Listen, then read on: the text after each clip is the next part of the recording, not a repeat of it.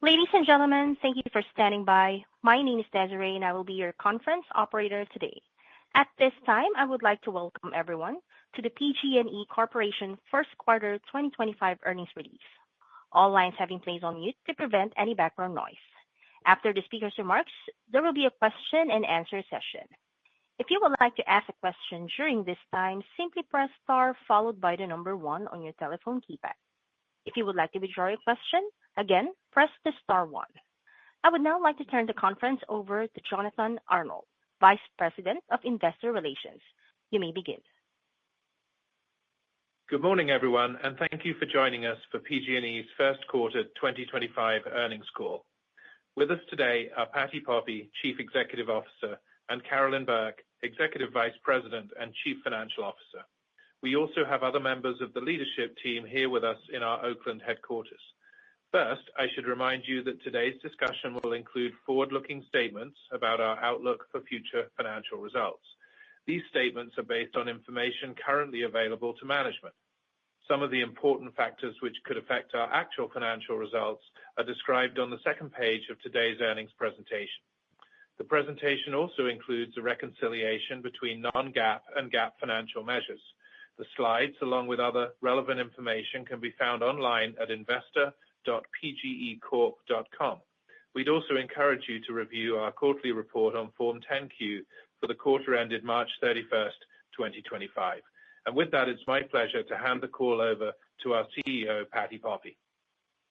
Thank you, Jonathan. I'm pleased to be with you this morning to report out on another solid quarter of progress. Our core earnings per share for the first quarter are 33 cents. While Q1 was a little light due to timing, we're confident in reaffirming our 2025 full-year guidance range of $1.48 to $1.52. I'll remind you, the midpoint of this range is up 10% from our 2024 results. There's also no change to our EPS growth guidance for 2026 through 2028, which remains at least 9% each year. I'll also remind you that with our December issuance, the equity to fund our $63 billion capital investment plan through 2028 is fully priced and behind us. We're intently focused on affordability as an important outcome for both our customers and investors. In fact, our bills are down in 2025 compared to 2024, and we forecast them to go down again in 2026. I know AB 1054 and wildfire risks are on your mind, and you're looking for signals that California is working toward a solution to improve upon what is already a solid foundation of financial risk mitigation. The way I see it and what we're standing for is that California's utilities must be able to attract sufficient high-quality, long-term, and low-cost capital to ensure that we can power the increase in growth we're excited to be seeing. Also, at stake is the opportunity to power the clean energy transition which our customers and our state are counting on. We believe that an AB 1054 legislative solve in 2025 is what will produce the best long-term affordability outcome for our customers. Based on active conversations in Sacramento, we expect a constructive legislative outcome yet this year. All of these elements I'm talking about are reflected in our power pyramid, a foundation of safety from our physical and financial protections, including AB 1054. A PG&E that's providing affordable and resilient energy to our customers, and a decarbonized energy system powering California's growth. I am excited about several things ahead of us. First, submitting our general rate case that truly reflects the power of our simple, affordable model. Second, seizing the data center load growth opportunity, rapidly developing here in California for the benefit of our customers, driving even more affordability opportunities. And third, and perhaps most importantly, our continued execution of our performance playbook, delivering improving outcomes for our customers in safety, quality, cost, and delivery every day. On May 15th, we'll file our GRC covering the 4-year period 2027 through 2030. Our proposal will be a step in the process that will kick off a conversation about California's ambitions and expectations and how PG&E can best serve those goals. We're looking forward to demonstrating our simple, affordable model as shown here on slide 5. As a reminder, our goal under the model is to stabilize bills, holding increases at or below inflation, or 2 to 4%. While you'll have to wait until next month to see the filing, what I can share is that for our customers, it will reflect the benefits of the efficiency gains we've achieved in the past 3 years, and most importantly, interrupting a pattern of double-digit increases. You'll also see we continue to have abundant opportunities to deploy capital into quality infrastructure for our customers' benefit. On top of what we'll include in our proposal, and not reflected in our conservative financial plan, there are even more opportunities for customer savings outside the GRC. These include interest cost savings from drawdowns on our $15 billion DOE loan guarantee facility. This has the potential to save customers up to $1 billion net present value over its life. Achieving investment-grade credit ratings, and adding more beneficial load growth from diversified sources, including data centers, electric vehicles, and building electrification. Turning to slide 6, let's talk more about beneficial load growth. We've updated our data center project pipeline from the year-end call, and as you can see, our pipeline has grown from 5.5 gigawatts to 8.7 gigawatts. We are privileged to serve California, including the Bay Area, which has the fiber network enabling speed and reliability for data center customers, and also the density of talent needed to maximize the potential of artificial intelligence. We have 1.4 gigawatts in final engineering, comprised of 18 projects. To date, these have not been the mega data center projects designed to power large language learning models. Rather, the demand in our service area has been mostly from customers looking to power inference models, which are driving value for their businesses. True Goldilocks demand, big enough to matter, not so big that it's a problem. What differentiates this opportunity in California is a diversified set of customers and projects, excess generation to power incremental load in the near term, and a regulatory approach which ensures that our existing residential customers will save money. We continue to estimate that for every gigawatt of new electric demand from data centers, customers may save between 1% to 2% on their electricity bill. This is just some of the exciting work my team has been doing here at PG&E, and we've got more to come. We know that to best capture this customer benefiting load growth, we need to attract high quality, long-term, low-cost capital. We trust our policymakers to understand this, and we want you to trust California policymakers too. Our team continues to work closely with key decision makers on wildfire policy improvements. At a high level, we're looking to build on the already strong existing state legislative framework, rebuild investor confidence, and ultimately make the model even stronger.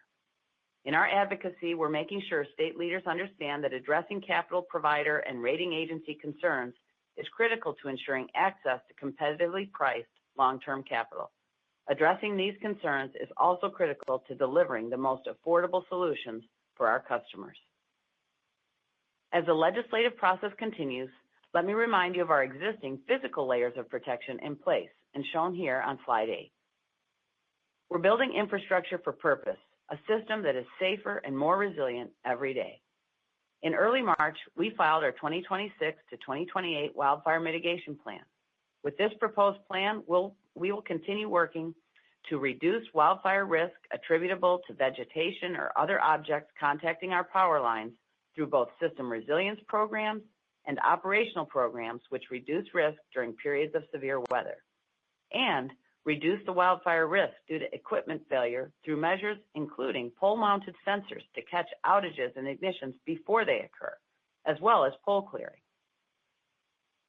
There's nothing more important than ensuring public and coworker safety. Rebuilding PG&E's safety culture was one of the most important challenges when I joined the company in 2021. Back then, we were experiencing a coworker or contractor fatality on the job every 90 to 100 days. That was truly shocking and a call for action.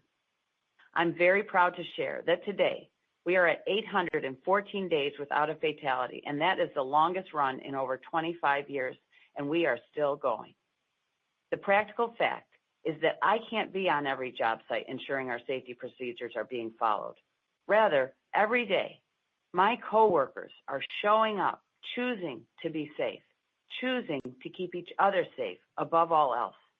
This is one of the most important proof points of the culture change that is happening at PG&E. Our system is safer, our hometowns are safer, and my coworkers are living our safety values every day on the job. That's a culture of safety you can believe in.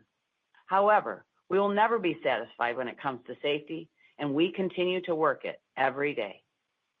As you know, the safest job site is also the most productive one, and safety performance is a critical leading indicator for consistent financial performance. With that, I'll turn the call over to Carolyn.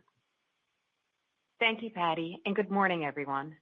Today, I'm pleased to cover three main topics with you. First, our quarter-over-quarter results. Second, a reiteration of our sector-leading 5-year capital plan and our de-risk financing plan. And third, our continued execution against the simple, affordable model. Starting here on slide 9, we're showing you our first quarter 2025 earnings walk. Our core earnings of 33 cents are down 4 cents over 2024. Recall last year in the first quarter, we had some unexpected tailwinds, most notably the increase in ROE from 10 to 10.7%. We were committed to redeploying that upside to the benefit of both our customers and investors, and we did. Most of our redeployment came through in 2024 in later quarters, as we pulled work forward to de-risk 2025. Without a similar tailwind this year, we are instead absorbing a lower ROE and dilution from our well-timed December equity issuance. With line of sight on savings over the balance of the year, we fully expect to deliver our 2025 plan, even while we look for opportunities to de-risk next year. This is what we mean when we say we ride the roller coaster so you don't have to. During the first quarter of 2025, the main positive driver was higher customer capital investment. This contributed 2 cents, and that's net of the reduction in the authorized return on equity related to the Phase 2 cost of capital decision. That's 10.28% this year compared to the 10.7% in effect for 2024. Non-fuel O&M savings contributed a penny to our results, and you should expect to see this grow as we move throughout the year. These items are offset by redeploying 2 cents to various programs, including those supporting risk mitigation, 2 cents from equity dilution, and 3 cents of timing and other. Turning to slide 10, there is no change to our 5-year $63 billion capital plan through 2028. There's no shortage of customer beneficial work on our transmission and distribution systems, and we still see an incremental at least $5 billion of investment needs. And what's more, our growth is diverse, with no single project accounting for more than 2% of the overall plan. When it comes to incremental demand, it's important to remember we have a number of options or combinations thereof. We could add to our already robust plan. We could prioritize investment tied to connecting new load, what we're calling beneficial load growth. Or we could extend the duration of our sector-leading rate-based growth story. In other words, we have opportunities to make our plan bigger, doing more for customers, make it better in terms of affordability, and longer in duration. Turning to slide 11, we were very pleased to see the upgrade from Moody's in March, which brought the utility issuer credit rating to investment grade. We have more work to do at each of the agencies to get the parent company to investment grade, and that continues to be our focus. Our 5-year financing plan remains unchanged, as shown here on slide 12. This is a strong plan built to support achieving investment grade ratings and prioritizing customer capital investment. While our debt needs have not changed over the 5-year period, we are modestly reducing our 2025 long-term debt guidance by $500 million, as some of that has now shifted to 2026 due to a term loan extension we closed on earlier this month. On the equity side, our December issuance put us back in compliance with our authorized regulatory capital structure ahead of schedule and prior to our cost of capital filing. We also benefit from our differentiated dividend payout. We believe 20% by 2028 remains an appropriate target, allowing us to retain a significant majority of our earnings and prioritize needed customer capital investment on our system. I'll remind you, our 5-year plan does not assume any savings from the DOE loan or achieving investment grade. even though these are both near-term priorities. As Patty mentioned, both would be affordability benefits for our customers versus the base plan. Turning to slide 13, executing against our simple, affordable model is how we're making our industry-leading capital growth affordable for our customers. We work each element each and every day. O&M savings, where I'm particularly proud of our track record exceeding our annual 2% target. Beneficial load growth, where the opportunity continues to grow. And efficient financing opportunities, which we aggressively pursue. Regarding our O&M cost reductions, we saved over $500 million in 2023 and another nearly $350 million in 2024. And as Patty noted, we're excited to incorporate these savings into our GRC filing. Our ability to achieve these savings after absorbing inflation is a capability that is becoming more beneficial for our customers in the current uncertain economic environment. Our sourcing is primarily from domestic suppliers. Deploying our performance playbook, we intend to offset tariff-related cost pressures and inflation. As you've come to expect from us, our goal is to manage through these ups and downs of the business, and this will continue to be our default and first line of defense. That said, we also operate under a constructive California regulatory model, which has mechanisms specifically designed to address significant unanticipated items on a timely basis, including outside the rate case cycle. With respect to recession risk, our decoupled revenue model offers significant protection, and our investment plans aren't built around any particular large project. Net-net, California's regulatory construct, combined with our lean operating system, is a powerful buffer against economic headwinds. During the first quarter, the CPUC approved our settlement agreement to establish a non-wildfire self-insurance program. Assuming no claims, customers have the potential to save more than $600 million through 2030 under this program. This is another example of how we're working creative and innovative solutions on behalf of customers. We continue to see abundant opportunities to reduce costs in 2025 and beyond. Just take our capital to expense ratio as one proof point. While we've improved our ratio, we're still spending only 90 cents of capital for every dollar of expense. Best in class is spending $2.40. This remains a huge opportunity for us as we continue to drive O&M savings and invest in the most affordable infrastructure for our customers. Turning to slide 14, as I've said before, 2025 is a big year in terms of regulatory filings. During the first quarter, we submitted our 2026 cost of capital application supporting an ROE of 11.3%. We expect a final decision by year-end, with the new authorized cost of capital going into effect January 1st, 2026. Another constructive feature of California's regulatory model is the fact that our cost of capital is decided independently of our general rate case.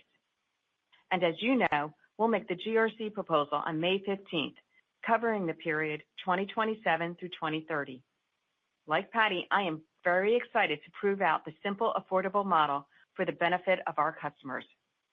We'll be advocating for an outcome which enables the right infrastructure investment and the right customer affordability.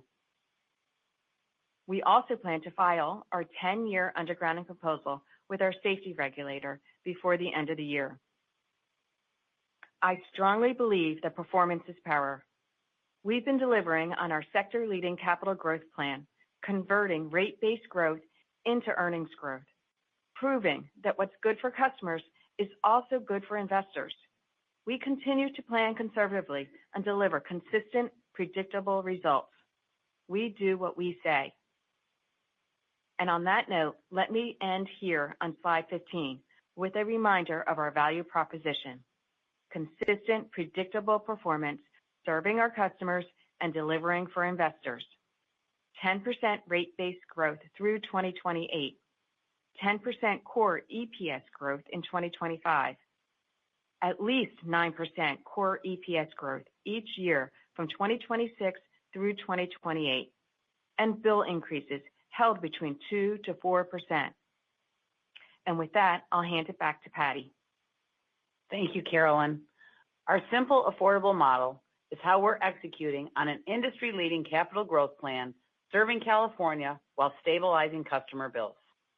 Our proven wildfire risk mitigation performance that gets stronger still every day, and our culture of safety being lived day in and day out is what gives me confidence that the culture we're creating here at PG&E is sustainable.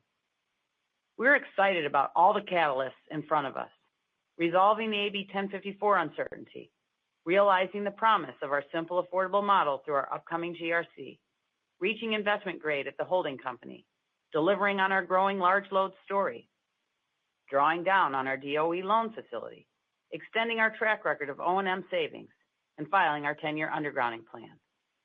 I've never felt more confident in the PG&E team and our ability to deliver for our customers and our investors.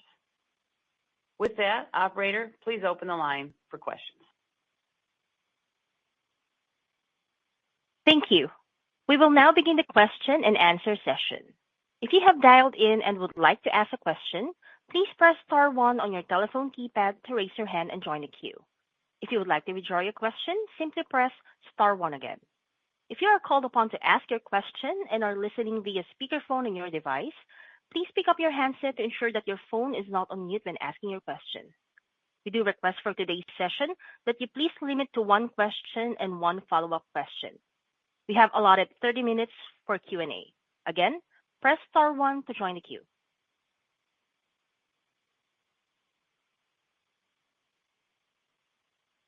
And our first question comes from the line of Nicholas Campanella with Barclays. Your line is open. Hey, good morning. Hope everyone's doing well. Good morning, Nick. Morning. So a lot of questions on legislation. Patty, you said you expect a constructive outcome this legislative session and this year.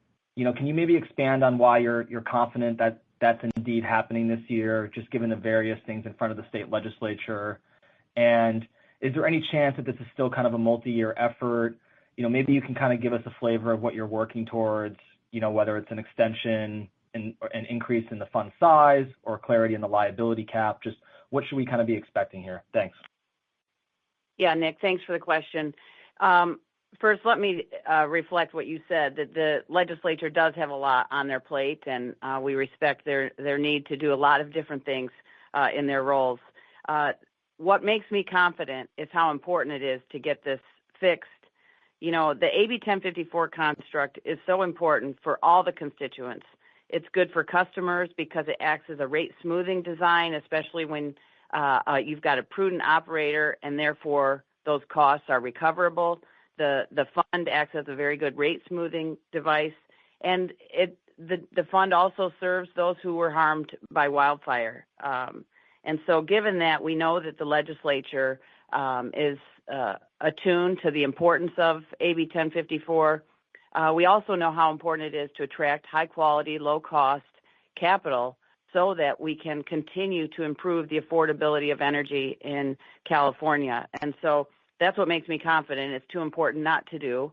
And we're confident that we can continue to help advocate for the right kind of surgical changes to the strong existing construct. Nick, I would love to, say more about what we think the changes are going to be, but this is a live ball, and it's very important that we don't get out in front of our legislators. They've got a lot of work to do. And so I'm not going to, address any specifics about how we think the construct is going to change, but we do believe that a constructive outcome will happen this year. Absolutely, and understood on that. And then, we're excited to see the rate case be filed here in the middle of May. When we look at some of your peers and the rate cases that they filed to the south of you and the outcomes that they've kind of received there, or the ones that are still progressing, just maybe you can kind of talk about what you see as kind of the key differentiator in your upcoming case, whether it's kind of the level of the ask or the amount of O&M that you're going to be able, and efficiencies that you're going to be able to kind of flow back to customers. How does this kind of compare to other cases that we've seen in the state? Yeah, we're really excited about being able to bring forth our proposals for all the constituents. We know this is a step in the process.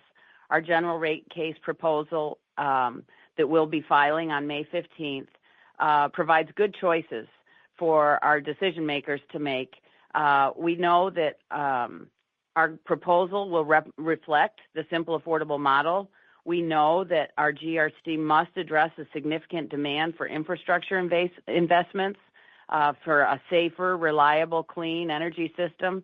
And we know that by continuing to improve on our capital O&M ratio, that ends up being the most affordable path for customers and still improving their service every day.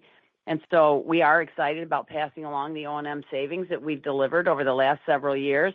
That's how it works. When you file a general rate case, you can start to reflect the improved operating and maintenance expenses and even the unit costs on the capital work. And so we do feel like this proposal is going to be a mark in the sand of a new era. We're going to get away from these double-digit requests. We know that whatever we propose, the final outcome will be something less than what we propose, but we're prepared for that, and we've planned conservatively, but we're going to put forward some really great options for our decision makers and great choices to best serve our customers and get the best suite of outcomes that reflects ample capital investment that's good for customers, that lowers their costs, as well as all of the operating maintenance savings. Now, one thing to remember, and this is good news for customers, is the GRC and what we'll be filing does not reflect the benefits of our DOE loan. It doesn't reflect the benefits of investment grade. It doesn't include the benefits of our beneficial load growth that we see coming. So all of those factors on top of what will be a very affordable proposal will be passed along over the coming years of the life of the general rate case. So we see bright skies ahead for our customers here at PG&E. Thanks so much. Thanks, Nick. Our next question comes from the line of Shar Pourreza with Guggenheim Partners. Your line is open. Hi, good morning, team. It's actually Constantine here for Shar. Hey, Constantine. Hi, Constantine. Good morning. Good morning. So continuing the discussion on the GRC, how should we be thinking about the $5 billion of upside CapEx in the context of the upcoming filing? Should we anticipate that the upside categories will be included in the filing, or do you see more incremental CapEx as part of separate recovery? Well, keep in mind that in our $63 billion capital plan, we've got the first 2 years of the general rate case. And so then you've got a subsequent years, so that would be in addition to the capital plan. But also keep in mind that our FERC jurisdiction transmission investments are also not reflected in the GRC. So as we continue to say, we'll add capital to the plan when it's affordable for customers, and we know that due to our O&M capital ratio, we know that the capital investments can be more affordable for customers than all the annual expense, as well as our reductions in O&M. So we can add capital to the plan, but we also need to get it approved, and we want to make sure that we spend in a disciplined way and that then we can finance that work in the most affordable way. So all of those factors are what will determine what the ultimate outcome is in our longer-term capital plan. Yeah, I think I would just add, Constantine, as we think about that $5 billion, remember, as Patty noted, most of it is, or much of it does come in with transmission, but you shouldn't assume, as we've said before, that we would simply increase the size of our capital plan. We could look at making that plan better in terms of affordability, so we could reprioritize other projects within that envelope, or we could make it longer, meaning we could extend the duration of our sector-leading 9 to 10% rate-based growth. So think about that in terms of our capital plan as well. Understood. And that leads into the second question, which is the data center pipeline update. How quickly do you believe that preliminary engineering can convert into construction projects? And maybe in other words, do you see the incremental data center related CapEx moving into the 2030 CapEx plan once the GRC is filed? Is that the right time frame for an update? Yeah, great question. As we look at the final engineering to construction, we're forecasting that about 90% of that 1.4 gigawatts will be built by 2030. So surely we'll have to be spending, but most of the spend in those areas are for transmission. So that gets filed through the FERC proceeding separate from the GRC. But we'll be building that pipeline through 2026 through 2030. And keep in mind what's wonderful about that new load growth is it actually helps to reduce rates. And so it's just such an important part of the story going forward that we can actually invest more capital and lower rates simultaneously. And I think that's a hard thing for some people to understand at first glance, but we're really excited about what beneficial load growth provides for our customers and the growth here in California. And so we do see that capital being built into the plan as we go forward. And more specific to the preliminary engineering volume, the 7.25 gigawatts, would that kind of start moving into the final engineering phase and is essentially into that 2030 timeframe? Yeah, exactly, Nick. Exactly, Constantine. We do see the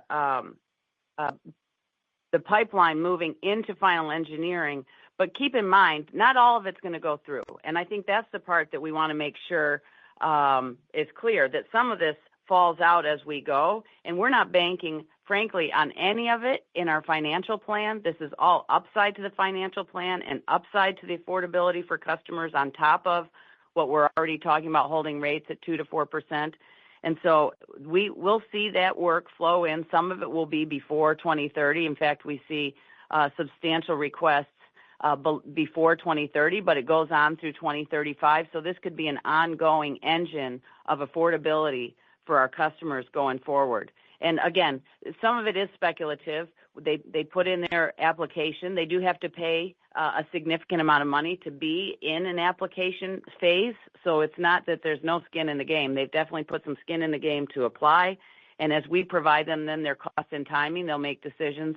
And we saw in our first cluster study that went through, we saw some fallout, but we ended up with then now our current final engineering of 1.4 gigawatts. And so we see that there is definitely appetite here in the Bay Area to build out this data center load. Excellent. Hope that helps. Appreciate the color. Very helpful. Thanks, Constantine. Thanks for taking the questions. Next question comes from the line of Richard Sunderland with JP Morgan Securities, LLC. Your line is open. Hey, good morning. Good morning. Good morning. Just following up on the data center questions. This is a significant jump in the application and preliminary engineering phase. I'm curious if you can share any feedback on what you're seeing on the ground, really thinking about, I guess, the cluster study approach last year, and if this is an acceleration of activity overall or some response to those initial cluster study efforts. Yeah, great question. We are seeing on the ground, I do believe there was a misunderstanding that we were out of power in Northern California. And once they realized that we were able, through Cluster Study 1, to serve their needs at the times that they wanted, that did open up a real interest and really communicate to the market that we were open for business. And that's been exciting for us here at PG&E. The team's been working really hard now. We've actually got a second cluster study that is not reflected in that 8.7 gigawatts. It's incremental even to that. And that's multiple gigawatts of more applications. And so we're being pretty disciplined about what we're calling an application. The cluster study is not complete, and so we're not at the stage that we will add those gigawatts into the plan. But as we go through that second cluster study, we know that some of it will carry through. And what's exciting about Northern California, and this is why we call it Goldilocks, is that these are inference model size data centers. The bulk of them are the 100 megawatt or so inference model data centers. Imagine a data center that's designed to serve multiple tech companies who are using AI in their daily business, so they need more compute power. That's what we're able to serve. So these aren't single silver shovel projects, as we talk about. These are a variety of smaller projects that will go through because that demand for compute power is real, particularly here in the Bay Area where we have this density of technical talent who can leverage AI. So this trend is absolutely real for us. We're being conservative about how we're building it into the financial plan, but net and net, this will be so beneficial for our customers, and we're so excited about being able to power California's progress and lower rates by serving this new and growing large and compute power load. Great. Thanks for the color there. And then shifting gears to the 10-year undergrounding plan filing later this year. I know it's been a little bit of a process and a journey to get to that point. Can you speak a little bit to what you're focused on in the run-up to that application, maybe some recent learnings over the past year or two in work across your system, and just how you think about that process going forward relative to expectations, maybe at the start of all this? Yeah, look, we continue to stand that in the highest risk areas where they're most vegetation dense, undergrounding is the right permanent solution. It reduces 98% of the wildfire risk where it's deployed. And for example, we expect that it will $465 million in O&M savings and more than $280 million in vegetation savings will be realized over the life of our first 1,230 miles being underground during the GRC cycle, this existing GRC cycle. We want to continue to do that high value risk mitigating work. And so we have to continue to share those benefits and savings and make sure that that is materially represented in our filing for our 10-year plan. And so we'll be making that plan. It's undergrounding. Some people think that undergrounding is a driver for why our previous rates were going up. I would tell you that only $1 a month of our customers' bill is undergrounding today, yet $20 a month is vegetation management. That's the example of why that capital to O&M ratio is so important, that we get that right here in California and get back on track with utility peers who understand that when you deploy capital, you can lower costs for customers. Great. Thank you for the time today. Next question comes from the line of Julian Dumoulin-Smith with Jefferies. Your line is open. Hey, good morning, Patty and team. Thanks very much for the time. I appreciate it. Hey, maybe picking back up on the wildfire mitigation. Hey, good morning. Picking back up on the wildfire mitigation conversation, maybe just a little nuance here, but you added some statistics on idled and abandoned line activity. Can you elaborate a little bit more on what you all have been doing on that? And more specifically, as you think about some of the recent events here, how does that change your anticipated filing when you think about the safety certification review process and your future filings? How do you think about that all? Yeah, thanks, Julian. We have had a robust induction prevention program. We delineate between de-energized lines and deactivated lines that are in place. So de-energized lines that have no future use, we remove them. And in fact, we've removed 64 lines that were de-energized and had no future use. Now, there are cases where you have deactivated lines, but they remain in place because there may be a future use for those. Those are the ones that might be subject to induction risk. They aren't always subject to induction risk because maybe they're not near another power line. So we continue to mitigate and confirm that we've got the grounding right on those that are remaining. And as a result of continual learning, every year we learn something new. Every incident we learn something new. We've been definitely reviewing those remaining lines and confirming that we've got the safest configuration to prevent ignitions. Got it. Excellent. Thank you for the nuance there. Appreciate it. And then just coming back a little bit to the conversation on data centers, and kudos on making progress here. Can you talk a little bit more about linking that back to affordability? I mean, you've put some meaningful move on the board against your earlier targets, right? This 1 gigawatt of demand. How does that put your bill increase target, right? You talk about this 2 to 4%. You talk about data centers helping ameliorate that number. Any sense as it stands today, maybe even tentatively, or as a sensitivity against that 2 to 4% based on what you're on track to do on data centers to push down bill numbers? I know you've alluded to it, but I just want to ask you more directly. Yeah, very directly. We have done the analysis that for a gigawatt of new demand, of data center demand, we can spend up to $1.6 billion to serve that demand and still reduce every customer's rates by 1%. And so as long as we are disciplined in how we invest in the infrastructure and that we make sure that we get the cost allocation proper with the large load customer, we can pass along savings to customers. We have not built that in yet to our financial plan because we don't want to get ahead of ourselves. We want to plan conservatively. We'll deliver for customers.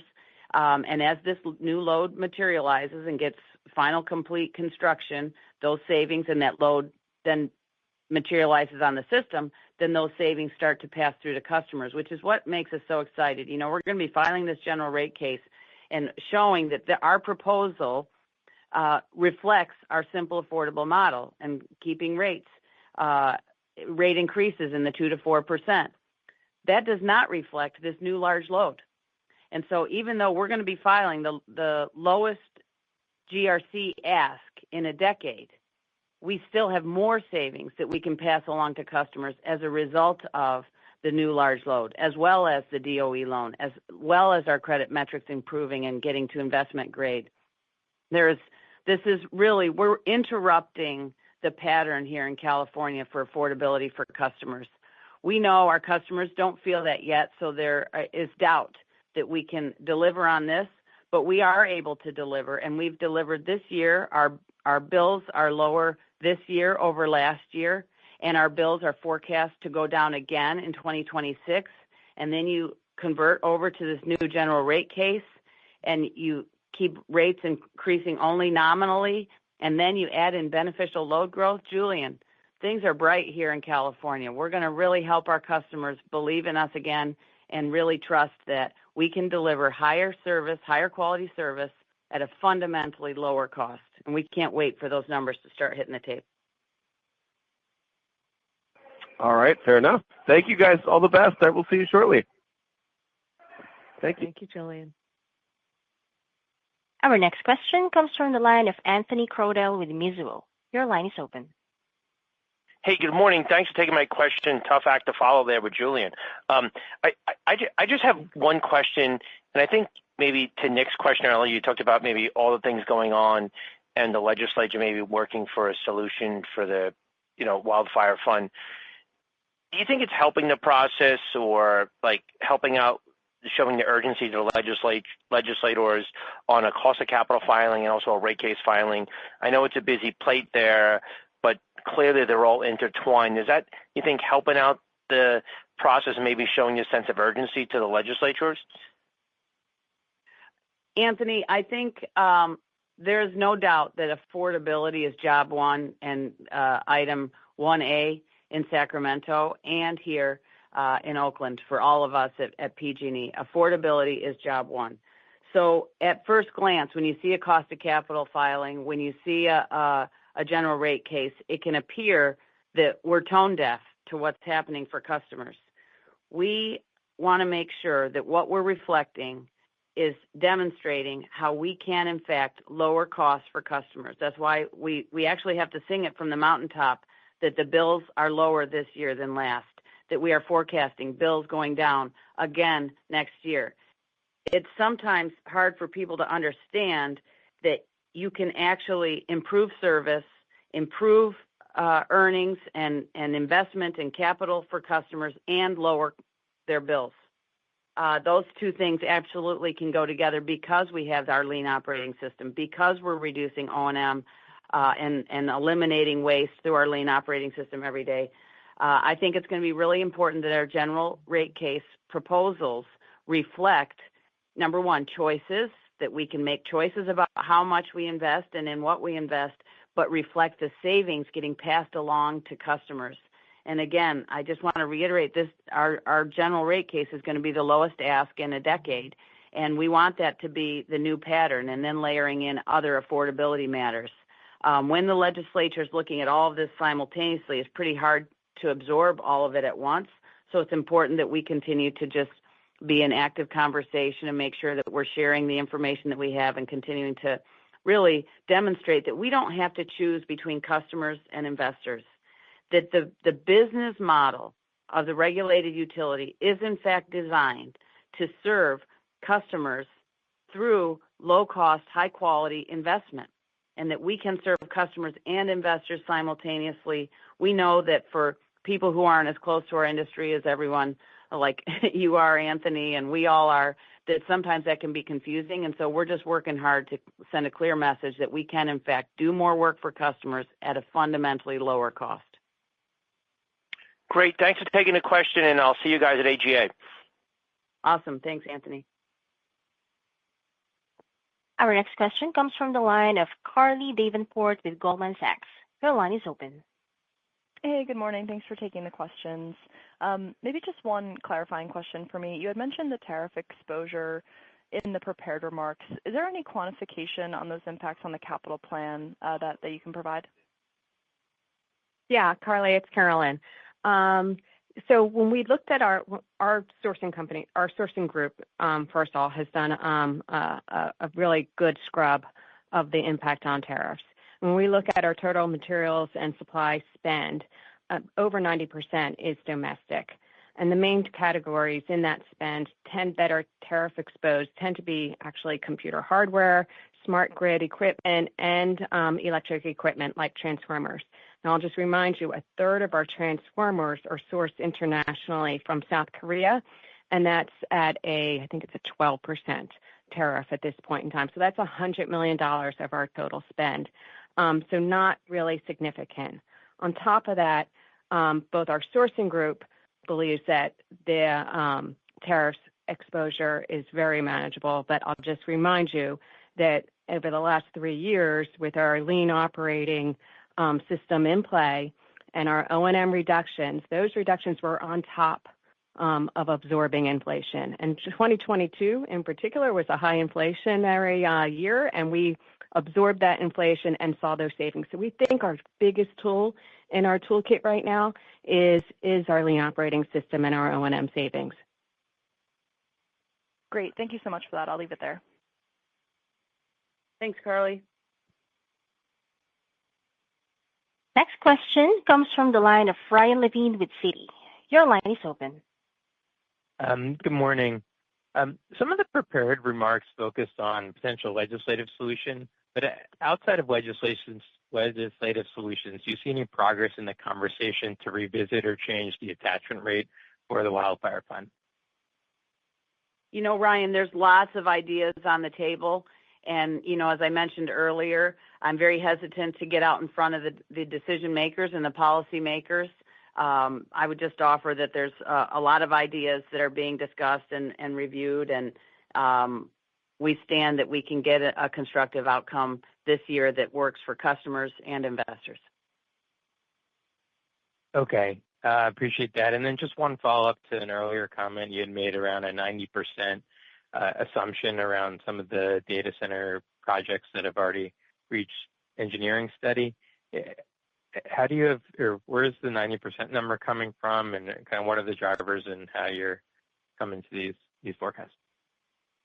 Yeah, so the 90% is in reference to the 1.4 gigawatts that's in final engineering. We expect 90% of that to be online by the end of 2030. We know that because we did the cluster study that had agreed timing and load, and so that when they move into construction, obviously that's where it'll get all the way to 100%. And so that's the basis for that. We have a lot of detailed engineering already complete and agreements signed with customers at that stage of the 1.4 gigawatts. Great. Thanks for the time. Yeah, thanks, Ryan. Next question comes from the line of David Arcaro with Morgan Stanley. Your line is open. Hey, good morning. Thanks so much. Hi, David. Hey, I was wondering, where does the conversation with rating agencies stand at this point in terms of the path and timing potentially to get to investment grade? Yeah, thanks, David, for the question. So it's Carolyn here. We were really pleased this year last year that we've reached our FFO to debt target of mid-teens. And I'll just say we remain very focused on maintaining an IG balance sheet. Now, we recognize the agencies are taking a measured approach with rating agencies, We were very pleased to see that Moody's upgraded the PG&E's utility rating. It was a great outcome, acknowledging our progress. But as you know, we're still below IG at the holdco. The rating agencies are looking for the same signals from policymakers that you are. We remain confident that once AB 1054 uncertainty is addressed by the state, the rating agencies are going to take favorable action on our ratings. All our financial metrics are in line with IG, and we continue to make good progress on wildfire mitigation. So I think it's that AB 1054 uncertainty that, as we've expressed confidence that we're going to see action this year, and we think that rating agencies will then follow. Okay, excellent. Thanks for that. And it was just curious if there's anything you'd be able to add on whether shareholder contributions would be a part of the future discussion around the AB 1054 framework, and whether there's been any conversation or indications on that front. Yeah, David, we continue to advocate that we don't think that there's a good case that investors should contribute to the fund. The fund is important. It plays an important role as a rate smoothing device and it as a fund to make sure those harmed by wildfire have recoveries.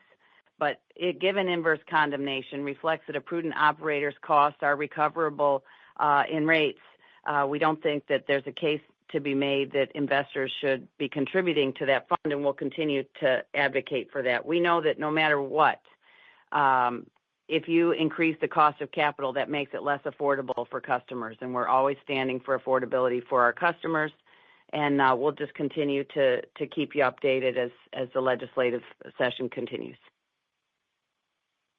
Okay, understood. Thanks so much. Appreciate it. Thanks, David. Next question comes from the line of David Paz with Wolfe Research. Your line is open. Hi, good morning. Morning. Good morning. Thanks for the time. I know a lot has been covered, so maybe just one on IRA. Can you just remind me, please, on any IRA-related items in your outlook, such as any transferability assumptions, tax rate deductions, and so forth?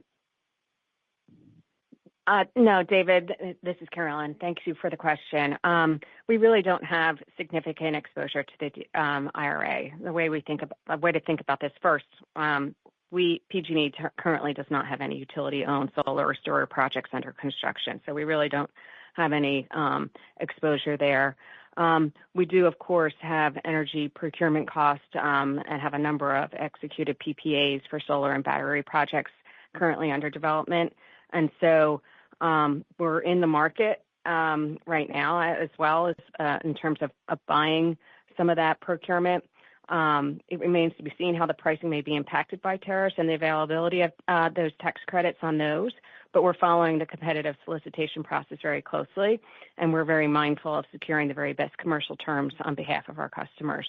But that's our exposure to the direct exposure to the tax credits is limited. Great, thank you.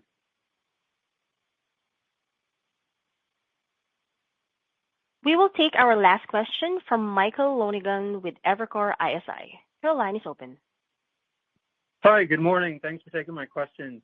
So as we think about the cost of capital application, what is embedded for your ROE and equity ratio in your current long-term EPS growth forecast? And, are you looking for this application in the upcoming GRC filing, as an opportunity to extend this growth rate or potentially raise it? In terms of our plan, I will just reiterate that we always plan conservatively. So we have a cost of capital application out there at 11.3. We would not call that conservative in terms of what we're planning, but we haven't necessarily shared exactly the number that's in our plan at this point in time and aren't sharing that at this time. Okay, great. And then secondly, you talked about incremental capital, making your base plan better or, reprioritizing spend with it or extending the duration of rate-based growth. Just wondering, as it pertains to the SP 410 filing specifically, the $2.8 billion of capital, do you have a narrower view of your approach to that? Well, we're awaiting the proposed and final decisions on our supplemental SB 410 filing. Look, that just reflects a cap, and what's most important is that we connect these new customers. They want to be connected. They need electricity, and so we'll continue to advocate for that work to be able to have timely cost recovery. It is, I think, our continued growth of new business is reflected both in our current plan as well as will be reflected in the GRC. Great. Thanks for taking my question. Yep. Thank you, Michael. That concludes the question and answer session. I would like to turn the call back over to Patti Poppe for closing remarks. Thank you, Desiree. Hey, thanks everyone for joining us today. I will just remind you that we ride this roller coaster so you don't have to. And we ride this roller coaster so that we can deliver consistent, high-quality outcomes for customers and investors. That's what we're up to every day, and can't wait to see you at AGA and talk more about it. Thanks so much for joining us today. Ladies and gentlemen, that concludes today's call. Thank you all for joining, and you may now disconnect.